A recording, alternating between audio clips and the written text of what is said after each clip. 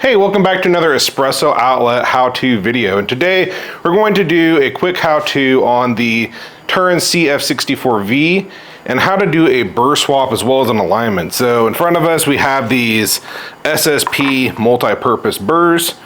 I really only use these for brew, but if you're looking to use this grinder for brew, possibly some really high clarity espresso, but I don't really consider them good for an everyday espresso. You do need a few tools to get started, but I do recommend just before you start anything, unplug your grinder. You don't want to accidentally toggle the switch on as you're working on it. A few of the tools that you're going to need. This is a 3mm Allen key. Yours comes with just a normal Allen key. This is out of my toolbox, but a 3mm one comes with your grinder. You will need a Phillips head screwdriver, something similar to this, to get the screws taken out. For cleaning out the screw heads, I usually use this little jeweler's screwdriver, but something like a toothpick works really well because if you get some ground stuck in there, it's a little bit hard to get those burrs taken out. Just some sort of a burr cleaning brush, something that's really simple. And then I like these Bic high intensity red dry erase markers for the alignment process. Now you might need another cleaning brush just to clean up your counter easier. You may need some foil to shim it. But just to get things started, we've already taken the dosing cup and the bellows off. To get to the front of the grinder, it has this magnetic plate. So you can just take that off, put that aside, and then let's use our 3mm T-handle. And there's 4 screws that hold the front of this grinder on. So we're going to remove all 4.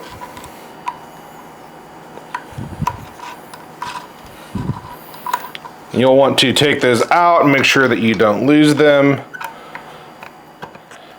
And then one thing that I should have probably noted is just to kind of not have this dial at 0 or all the way up. Usually just somewhere kind of in the middle is ideal when you're taking a grinder apart. So with that taken off, we have our stationary burr carrier, and it just slides out. It's a really cool design. You can see how the beans come in through the top. There's actually an auger that fits on the inside. So we will eventually pull these burrs off. And then on the inside, we have our rotating burr. And these can be a little bit more difficult to get to, but really not that difficult. So as I mentioned in the beginning of this video, you can see, we're gonna try to do a close-up. Sometimes you get these coffee grounds stuck in these pockets. And I like to just dig them out with something like a toothpick or a jeweler's screwdriver before we attempt to remove. Next, let's take our Phillips head screwdriver and just brace it nicely and put down some firm pressure. It shouldn't take very much to remove these screws.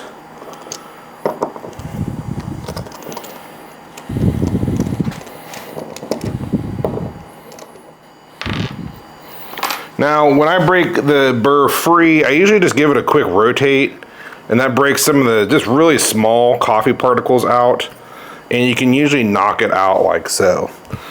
Now, there are O-rings on the inside that I want you to be aware of because I have seen people accidentally throw them away. They are kind of a clear white color, so it might be something that you may accidentally misplace.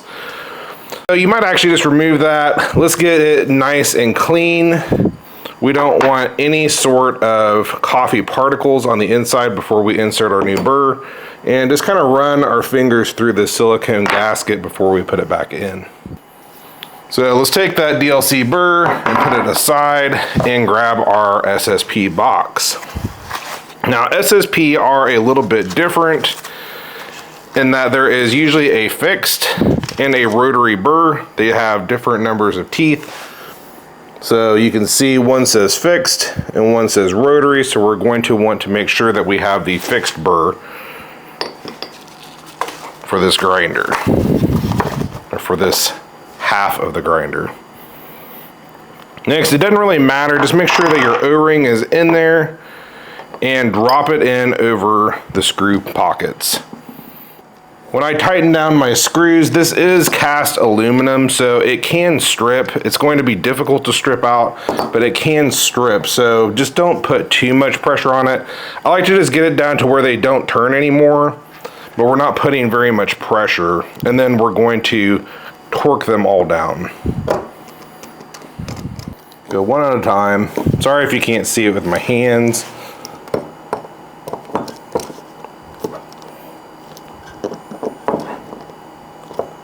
Just get them nice and snug.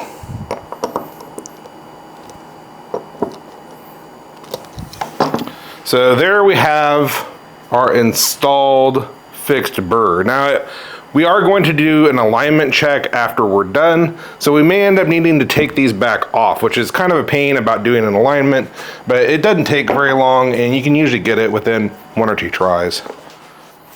Next, we're at a bit of an awkward angle, but I have laid this grinder on its back, and we're going to dig out those pockets, same as we did on our fixed burr, and remove this rotating burr. This one can definitely be a little bit more tricky, as it's going to want to spin on you.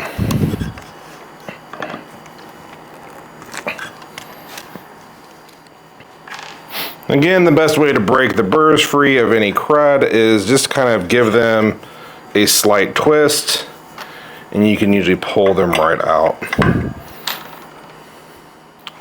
Before we install this next burr, I would recommend tilting it back upright and giving it a good cleaning. We don't want any particles to be stuck underneath the burr, as that's going to throw off our alignment. Same as our fixed burr. Take your silicone O-ring and make sure that it's clean, and then reinsert it. I know a lot of people forget to put it back on, and then you'll be taking it back apart. And we have our rotary burr.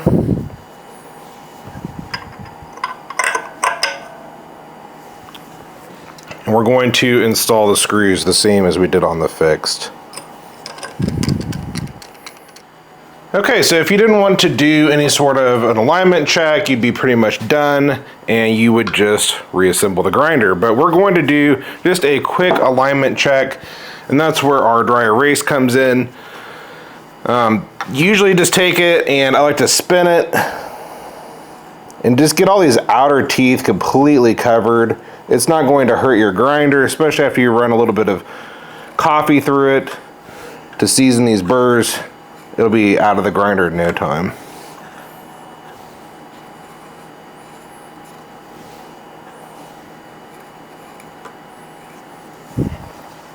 Then we're going to do the same on our fixed burr.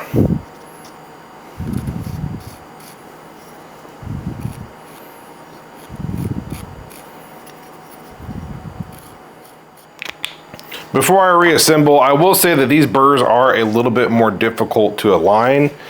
If you look really close, try to make sure it focuses. If you look really close, you have these little triangle teeth on the very ends of our stock burrs, and these hold quite a bit of the ink, so it'll look like it's more aligned than with these burrs. If you look, there's actually additional teeth in each of those triangles. So you may see some red in there still. It's totally common on this type of burr. So to reassemble it, let's put it back in. SSP burrs are a bit thicker than the stock DLC burrs, so don't expect for your 0 point to be the same.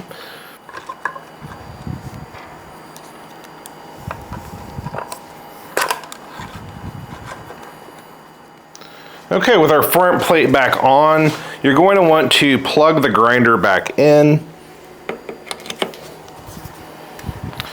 And I usually just set it on the lowest RPM you can, and make sure that your burrs are not touching. So go quite coarse. Let me put this dial on so that you can see it. I'm on like setting 80. So the grinder's running right now, and we're going to go until they begin to chirp. You don't want to do this for very long. And then we're going to take the grinder back apart. So you can see this can be a little bit of labor to get them perfectly dialed in, but it is well worth it, especially on burrs like the Multipurpose or the Cast Lab Suite for grip. So let's see how lucky we got. We're going to pull this burr carrier off and take a look. And it needs quite a bit of shimming. So let's talk this through real quick. I'll grab my screwdriver. You can see from approximately here to here, we have contact with our burrs. So that's going to tell me that we need to shim underneath this bottom screw. So it's pretty common. Let's take a look at our rotating. The rotating is much more difficult to see, probably, but we have contact from, well, we really have contact from this point all the way around to about this point. So we have less than 10% that's not really touching. We may end up leaving that one alone, as usually it causes more harm than good to go messing with the burrs. So we're going to take this off again, and we're going to show you how to put a couple pieces of foil on the bottom. Okay, so it usually doesn't take very many layers of foil. I went ahead and loosened these screws, and the most important part of this is you're going to want to remember which screw is which. So this is our bottom screw. You can see this is the top of our grinder. So when we pull this out, we'll want to keep that the same orientation. Next, let's grab our foil. Doesn't take very much, and I like to cut off a piece of foil and make sure it's good and flat. Doesn't need to be a very big piece, as you can see. And I think I'm going to do 3 folds. That might be too much. So folded it over, and then I like to just trim it up so that it's nice and square before I put it into the grinder. Okay, so we have our shim made, and I did 3 folds, and I like to put it right behind the screw, as when you put it in the middle, you're going to get the 2 screws pulling down on it unevenly. So I usually only shim underneath the screw. So again, this is our down. We want to make sure to reinstall it the same way as we disassembled it. And then let's tighten this back down. And then before we do our check again, reapply the dry erase marker to both sides.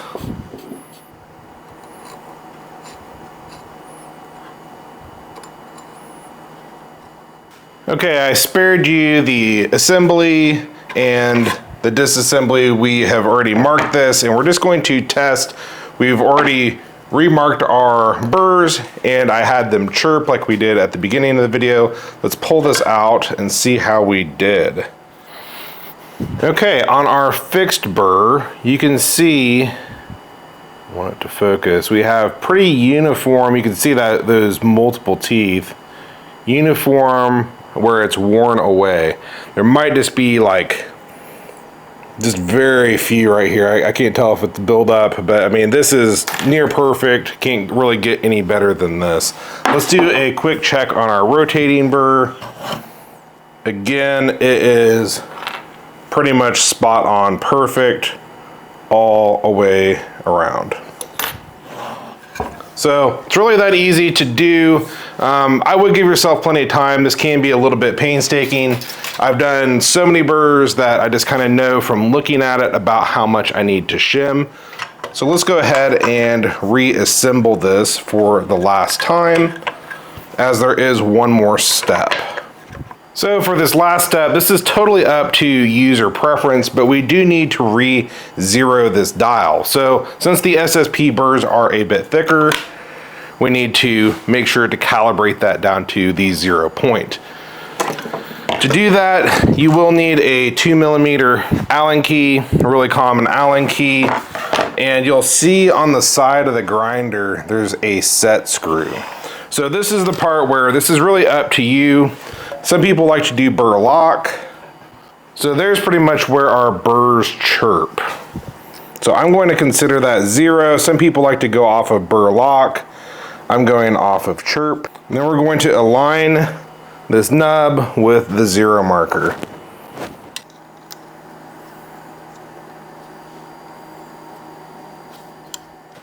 Okay, so we got that dial indicator set back to 0, and I'm probably just going to test it out with some old beans. Let's throw it on even to 60. And I have some old beans. Let's put them in real quick. Put our bellow back on. Fire it up.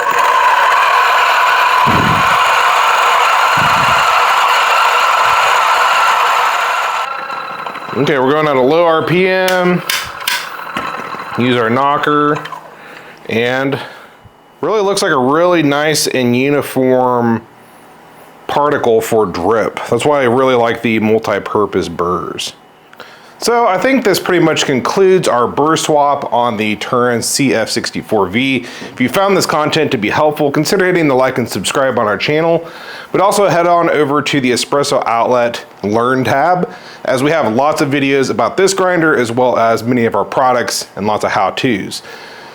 To store your old burrs, I recommend keeping that SSP box and just cleaning up your DLC burrs and stowing them away. You may end up swapping grinders in the future and may want to put these stock burrs back in. Now, if you're getting this grinder out of the box, I don't recommend doing an alignment unless you just really want to.